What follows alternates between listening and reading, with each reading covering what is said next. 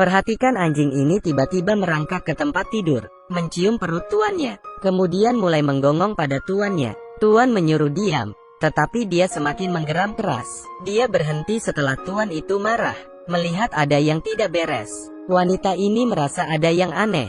Dia melakukan tes kehamilan. Ternyata dia sedang mengandung anak. Dia dan suaminya sangat senang dan berpelukan.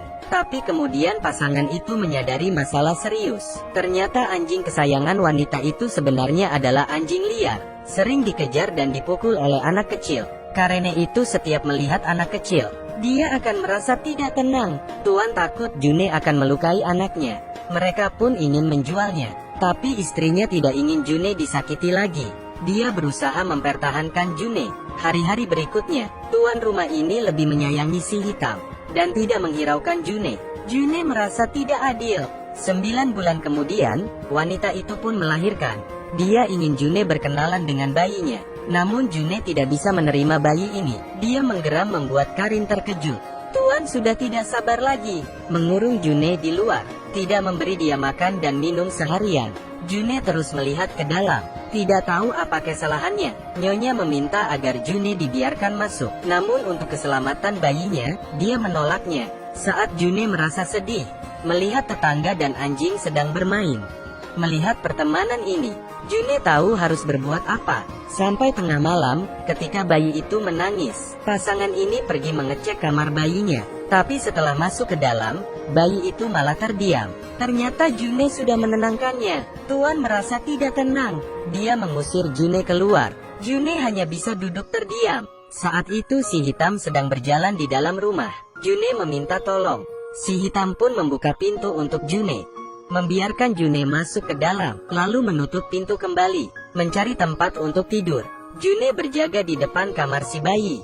Khawatir bayi itu akan nangis lagi, dia duduk berjaga di depan semalaman.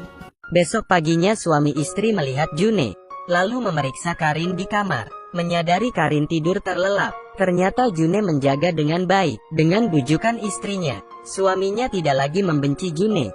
Mereka mengendong Karin, membiarkan June melihat Karin. June dengan pelan mendekati Karin. Dalam hati June berpikir, agar terus menjaga Karin ke depannya. Saat nyonya mengganti popok, June membantu, membuang popok ke tong sampah. Malamnya tetap menemani Karin tidur, sampai semua sudah bangun. June sangat memperhatikan Karin, bukan hanya mengingatkan jam makan Karin, juga membersihkan makanan sisa di bawah meja. Saat Karin belajar berjalan, June menemaninya. Takut Karin akan terjatuh, membiarkan Karin memegangnya di tangga. Beginilah June menemani Karin. Akhirnya Karin mulai sekolah. Malamnya June menemani Karin mengerjakan PR dan belajar. June menyemangati Karin saat ada soal yang sulit. June tidak membiarkan siapapun mengganggu Karin, bahkan orang tuanya sendiri juga. June selalu ingat kapan menjemput Karin. June akan mengingatkan nyonya menjemput Karin. Begitulah mereka berjalan pulang.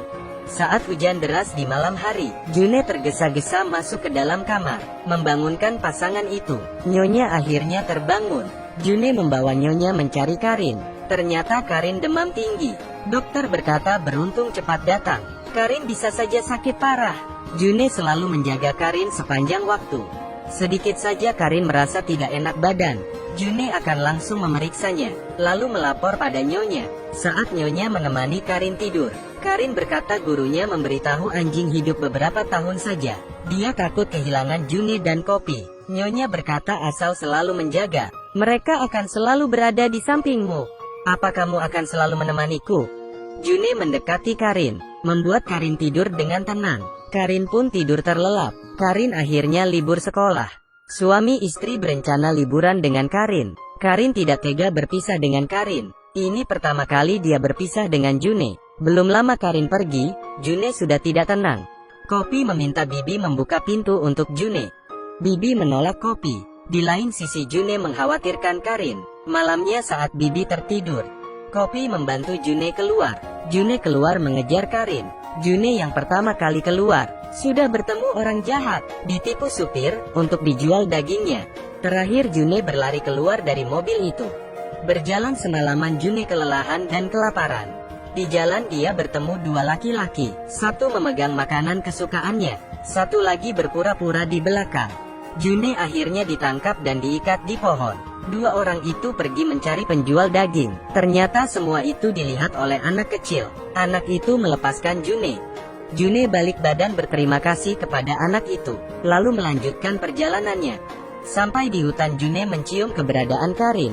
Ternyata Karin tersesat di sini. June menemukan Karin di dalam hutan. June langsung menenangkan Karin. Karin memeluk June dengan erat. Tiba-tiba hujan deras. June membawa Karin berteduh. June khawatir Karin akan sakit. Setelah hujan reda, June membawa Karin pergi. Tapi baju Karin basah, Karin menjadi sakit. Karin tidak tahu ada perangkap di depannya. June mendorong Karin untuk menyelamatkannya.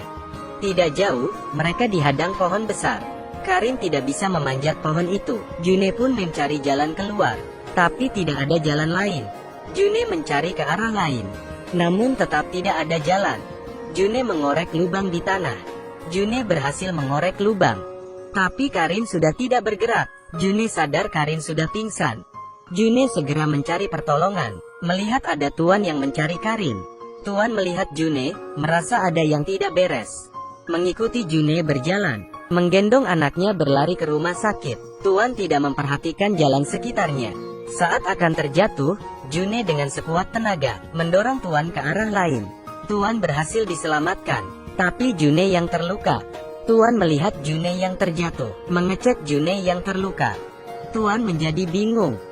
Dia tidak bisa membawa June dan Karin bersama. June mengisyaratkan Tuan membawa Karin dulu, lalu menahan sakit sendirian, menunjukkan dia tidak sakit. Membiarkan Tuan membawa Karin pergi. Tuan pun membawa Karin pergi. June melihat Karin sudah pergi. Dia pun tidak sadarkan diri. Saat tersadar, Tuan membawa kopi menyelamatkan June.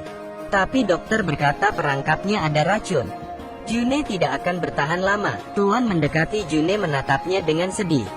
Mereka bersiap menemani June terakhir kalinya. June yang sudah sangat lemah. Bahkan makanan kesukaannya pun tidak dimakan. Melihat Karin terjatuh, ingin beranjak membantunya. Tapi June tidak bisa lagi. Nyonya dengan sedih berkata, "Makasih ya, Jun. Udah jagain Karin.